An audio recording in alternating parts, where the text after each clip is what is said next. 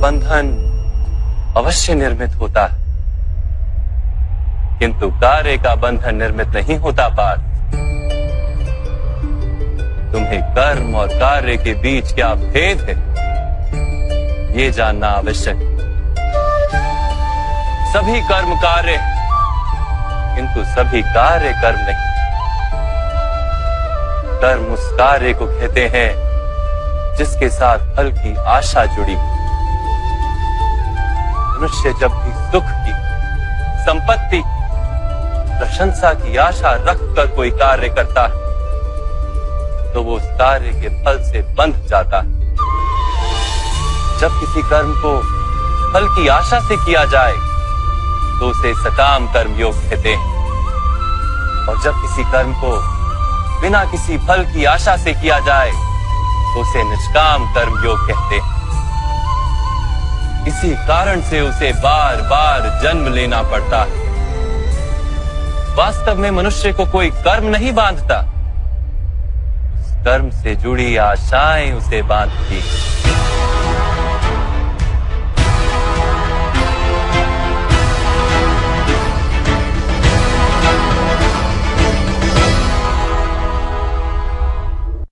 वास्तव में मनुष्य को कोई कर्म नहीं बांधता, उस कर्म से जुड़ी आशाएं उसे बांधती हैं।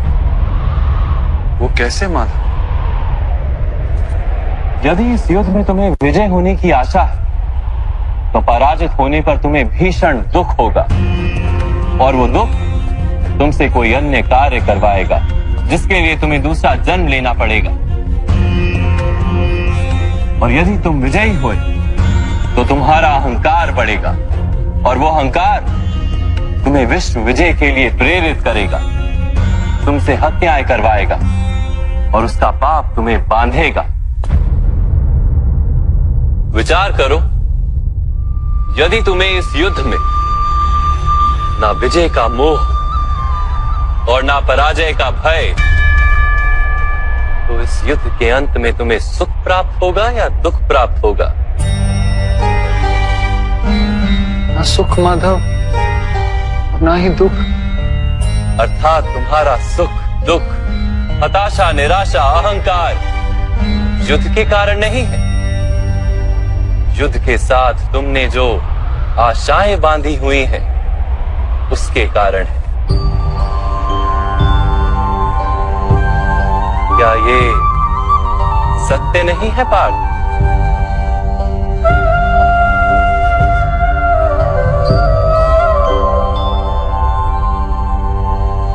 सुख दुखे समे कृत्वा लाभा लाभो जया जयो ततो युद्धाय युज्यस्व नैवं पाप मवाप्स्यसि।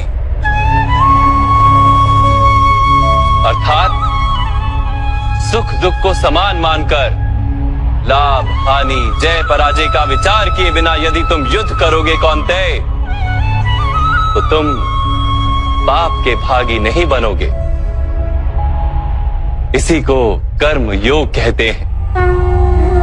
जो सांख्य का ज्ञान प्राप्त कर लेता है वो ये जान लेता है कि वो शरीर नहीं, केवल एक आत्मा है। शरीर के भोग और अनुभव तो केवल मृत्यु तक है, अर्थात वास्तविक नहीं, केवल माया है। उसके लिए कर्मयोगी बनना सरल हो जाता है। परंतु माधव, यदि कार्य से बंधन निश्चित है तो क्या संसार का त्याग करके संन्यास लेना उचित नहीं? इसी विचार का परिणाम है कि आज ये युद्ध हो रहा है पार्थ।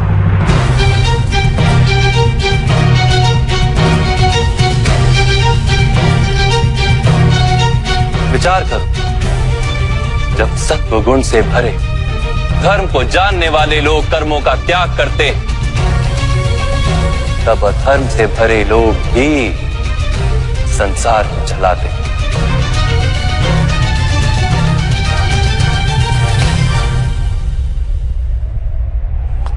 यदि महामहिम ने संसार का त्याग ना किया होता तो आज अधर्म इतना बढ़ता ही नहीं।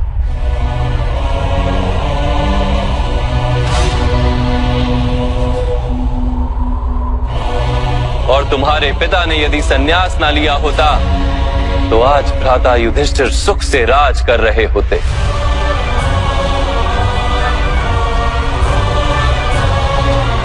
और अपनी प्रजा को न्याय और धर्म का ज्ञान दे रहे होते।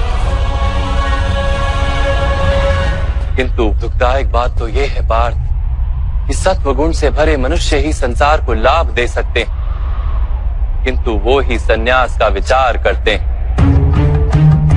जैसे जल तो भाप बनकर उड़ जाता है और कीचड़ वहीं पड़ा रहता है, वैसे सत्वगुणी सज्जन लोग तो संसार का त्याग कर देते और तमस से भरे अधर्मी लोग संसार में कार्य करते हैं। इसी कारण से संसार में पाप और अधर्म बढ़ता है।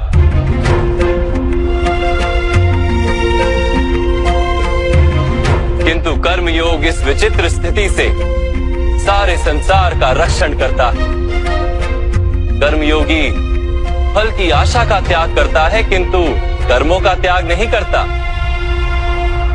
वो इसी संसार में रहता है, सन्यासी की भांति सारे कार्य करता है, किंतु उनमें लिप्त नहीं होता। कर्मयोगी अपनी संतानों से, स्वजनों से, अपनी प्रजा से कोई अपेक्षा या आशा नहीं रखता। स्वयं उसे संन्यास का लाभ होता है, किंतु समाज को संसारी की भांति लाभ देता। मनुष्य अपनी संतानों के सुख के लिए श्रम करता है माधव। अपनी संतान से सुख की अपेक्षा कैसे न रखे? मनुष्य अपनी संतानों के लिए जो भी करता है वो व्यापार है या प्रेम पार? प्रेम माधव। तो फिर अपने कार्यों के प्रति फल की इच्छा क्यों पार? भविष्य का लाभ तो व्यापार में देखा जाता है, प्रेम में नहीं। जो मनुष्य अपनी संतानों का चरित्र निर्माण उचित रूप से करता है, संतानों को प्रेम और धर्म के संस्कार देता है, उसकी संतानें भी मनुष्य को प्रेम और सुरक्षा अवश्य देती। संतानों के कर्म, स्वजनों के व्यवहार उनके कर्म है पार। और जब उनके कर्मों पर हमारा कोई अधिकार नहीं होता तो उनसे आशाएं और अपेक्षाएं रखने का क्या प्रयोजन? यदि गहन विचार करोगे पार्थ तो शीघ्र ही ये जान लोगे कि जीवन में ऐसा कोई कार्य नहीं है जिसके साथ आशाएं और अपेक्षाएं जोड़ना अनिवार्य हो। जब सृष्टि ही परमात्मा है और मनुष्य स्वयं परमात्मा का अंश है तो सारे कार्य परमात्मा ही करते हैं, मनुष्य स्वयं कुछ नहीं करता। यही कर्मयोग का मूल सिद्धांत है पार्थ।